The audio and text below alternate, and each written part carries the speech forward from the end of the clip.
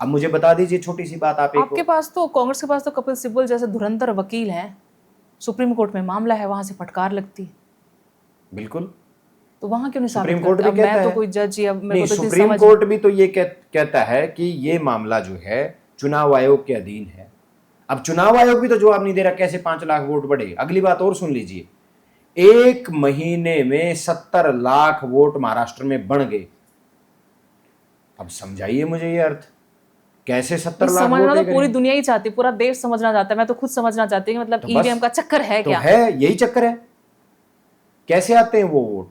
मुझे एक बार सिर्फ मैं आपसे एक चीज है, जहां आप सवाल आपने मेरे से किया तो मैं आपको ही जवाब दे रहा हूं इस बात का, कि कैसे 2 दिन में 5 लाख वोट बढ़े, कैसे हर बार चुनाव आयोग का डेटा चेंज हो जाता है, क्योंकि चुनाव आयोग भी कठपुतली बन चुका है इन लोगों की।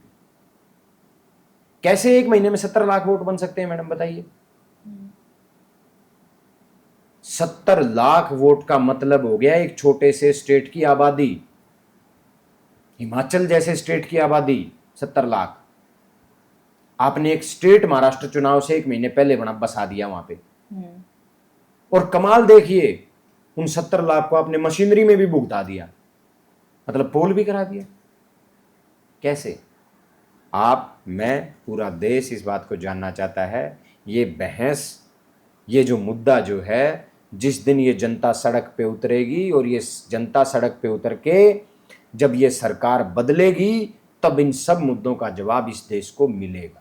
जिनको उतरना चाहिए, जनता को, युवाओं को, वो तो मोबाइल लेके अपने सोशल मीडिया पे बिजी है सब, बिल्कुल है ना? है थोड़ी सी, जहां और मैं बेरोजगारी। अपने दोस्तों को कहता हूं, मेरे मतलब दोस्त, मतलब मैं अपनी विधानसभा में अपने साथियों को कई बार कहता भी हूं कि चुनाव के 1 महीने में जो एक्टिव, जो हमारा नौजवान, हरियाणा का नौजवान 1 महीने चुनाव में जबरदस्त एक्टिव रहता है, किसी पार्टी के नेता के साथ लग जाए, अपनी जिम्मेवारी समझ के चुनाव लड़ता है। मेरा चुनाव मेरे युवा साथियों ने लड़ा। घर से गालियां खा रहे हो, घर के काम का डंगर डुंगर कुछ वो तो नहीं सब देखते। लग जाते हैं, घर कुछ भी हो चाहे, मतलब, लेकिन वो लोग पूरी जिम्मेदारी उठाते हैं। और मैं उनको कहता हूं, जितना ये हमारा युवा 1 महीने एक्टिव रहता है, अगर उसका आधा भी वो 5 साल एक्टिव रह जाए। लीडर नहीं दिखता जस्सी जी, मैं आपको बताऊं, अब तो बहुत आगे, अब तो युवा आप बहुत मर जैसे गए। कभी मैं तो कहती हूँ कि जल्दी बने ऐसे आप जैसे लीड करें, है ना, अपनी पार्टी को और युवाओं को। लेकिन विपक्ष की सबसे बड़ी कमजोरी जो हम लोगों को लगी, वो ये लगी कि लीडर नहीं उनके पास। आप भले राहुल गांधी को आगे धकेलते रहे, लेकिन वो लीडर क्वालिटी जब आप कंपेयर करते हो ना, ऊपर नरेंद्र मोदी एक तरफ, एक तरफ राहुल गांधी, 19-20 में काफी फर्क है। नहीं, कोई फर्क नहीं मैडम, मैं आपको बताऊं बात, समय का फेर है, समय का फेर है। यही राहुल गांधी के ऊपर, राहुल गांधी अगर क्या खाते हैं क्या पीते हैं वो भी खबरें बनती थी, इसी मीडिया, आपकी मीडिया बनाती थी कि राहुल गांधी ने आज समोसा खाया है, राहुल गांधी जी। ये समय का फेर है। आज राहुल गांधी जी की छवि को नुकसान करने के लिए, उनकी छवि को खराब करने के लिए हजारों करोड़ रुपया बहाया गया। और ये बात बीजेपी के नेताओं ने स्वीकार करी है कि राहुल गांधी की छवि को खराब करने के लिए हजारों करोड़ रुपया बीजेपी के द्वारा बहाया गया है। नहीं, बड़ा रोल अमित मालवीय जी का है क्या? बिल्कुल, आप ये तो सबको पता है इस बात का, तो पूरे देश की बात है। लेकिन उसको आप तो गलत क्यों नहीं साबित कर पाए?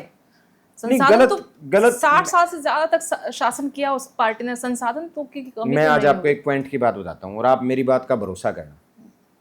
जिस दिन इस देश की सत्ता बदलेगी ना, उस दिन इस देश को अनेकों ऐसे जवाब मिल जाएंगे, क्योंकि वो हरियाणा में क्या कर रहे हैं, तो ढके डोल हैं, ईवीएम ढके डोल हैं। जिस दिन ये डोल उगड़ेंगे ना, उस दिन इस देश को ये पता चलेगा कि हमने 15 साल में भारतीय जनता पार्टी और नरेंद्र मोदी को बना करके इस देश को कहां से कहां पहुंच गए हम। ये देश मिसाइलों की बात करने वाला देश था, कहां हम बात करने लगे थे कलाम साहब के टाइम, मनमोहन सिंह जी के टाइम हम बात मिसाइलों की करते थे। आज हम बात जात पात की, धर्म की कर रहे हैं। हिंदू ये कह रहा है, मुसलमान ये कह रहा है, मराठे ऐसे हो रखे हैं, जाट ऐसे हो रखे हैं, एससी ऐसे बोल रहा है। आज हम ये बात कर रहे हैं। ये दुर्भाग्य है हमारे देश का। और ऐसे बहुत सारे सवालों के जवाब जब इस देश की सत्ता बदलेगी, उस समय ऐसे बहुत सारे सवालों के जवाब आपको, मुझे और इस देश को मिलेंगे। आप जात पात धर्म की बात करते हैं, जात पात धर्म की राजनीति तो हर पार्टी करती है।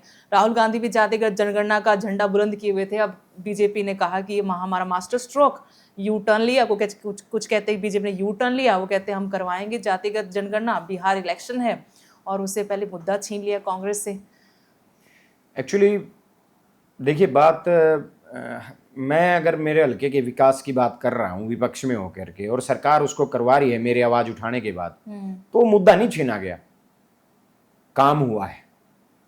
मतलब जनता के दबाव में दबाव आपने वो करना पड़ा आपको। करना पड़ा। दबाव राहुल गांधी जी के दबाव में तो जाति जनगणना हुई, जरूरी है। जो बीजेपी कहती थी कि जात पात में बांट रही कांग्रेस, वो बीजेपी आज कह रही है कि हम जात पात पे जनगणना कराएंगे, तो नहीं, दबाव कांग्रेस ने तो कभी जात पात पे नहीं बांटा। जहां जो लोग बीजेपी ने ऐसे आरोप लगाए।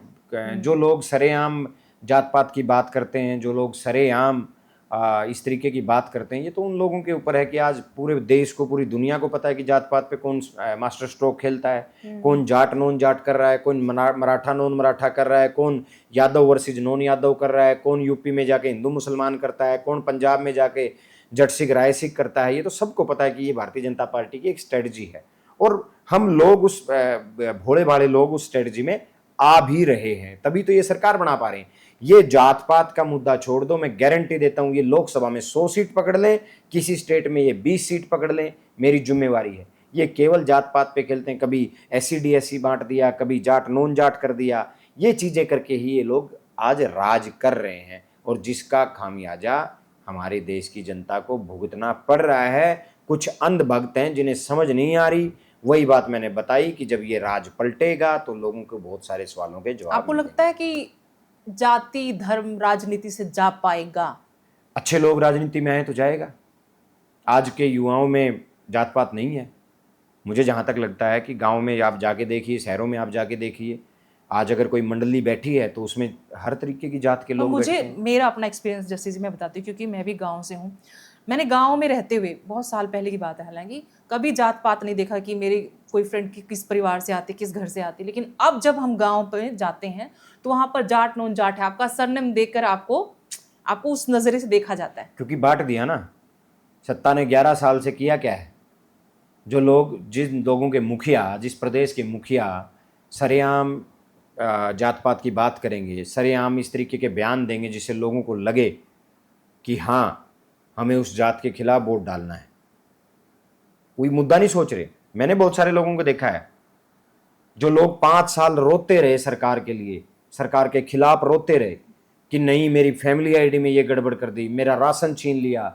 पढ़े लिखे लोग नौजवान बोल रहे हैं कि हमारा रोजगार छीन लिया, उसके बावजूद भी वहां जाके वोट दे देते हैं। क्यों?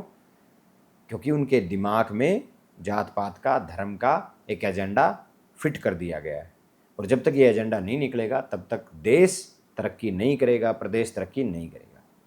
चलिए, बहुत बहुत शुक्रिया आपका, आपने वक्त निकाला स्टेशन अनफिल्टर्ड के लिए। बड़ा अच्छा लगा आपसे बातचीत करके। हम चाहते हैं आप जैसे बहुत सारे और विधायक अगली बार युवा आएँ और सूझबूझ वाले युवा आएँ, पढ़े लिखे युवा आएँ, ताकि प्रदेश को एक दिशा मिले। सबसे पहले तो है दिशा मिलना, वो दिशा मिलना ज़रूरी है। स्पीड कम ज़्यादा चले तब भी काम चल जाता है, लेकिन ज़रूरी है वो किसी भी पार्टी का राजनेता हो, लेकिन उसमें सूझबूझ और पढ़ाई लिखाई और समाज को एक दिशा दिखाने की कुव्वत तो कम से कम होनी चाहिए, वो मादा तो उसमें कम से कम होना चाहिए। बहुत बहुत शुभकामनाएं आपके भविष्य के लिए आपको जस्सी जी। बहुत बहुत धन्यवाद और मैं आपका भी धन्यवाद करता हूँ। आपके चैनल्स के माध्यम से आपके मुझे लोग सुनेंगे, जहाँ तक खासकर मेरे नौजवान भाई सुनेंगे, तो मेरी तो उनसे एक ही रिक्वेस्ट है कि हमें जात पात और धर्म के ट्रैक पे नहीं चलना है, हमें विकास के ट्रैक पे चलना है। जो सरकार हमें रोजगार दे उस ट्रैक पे हमें आगे बढ़ना है। धन्यवाद।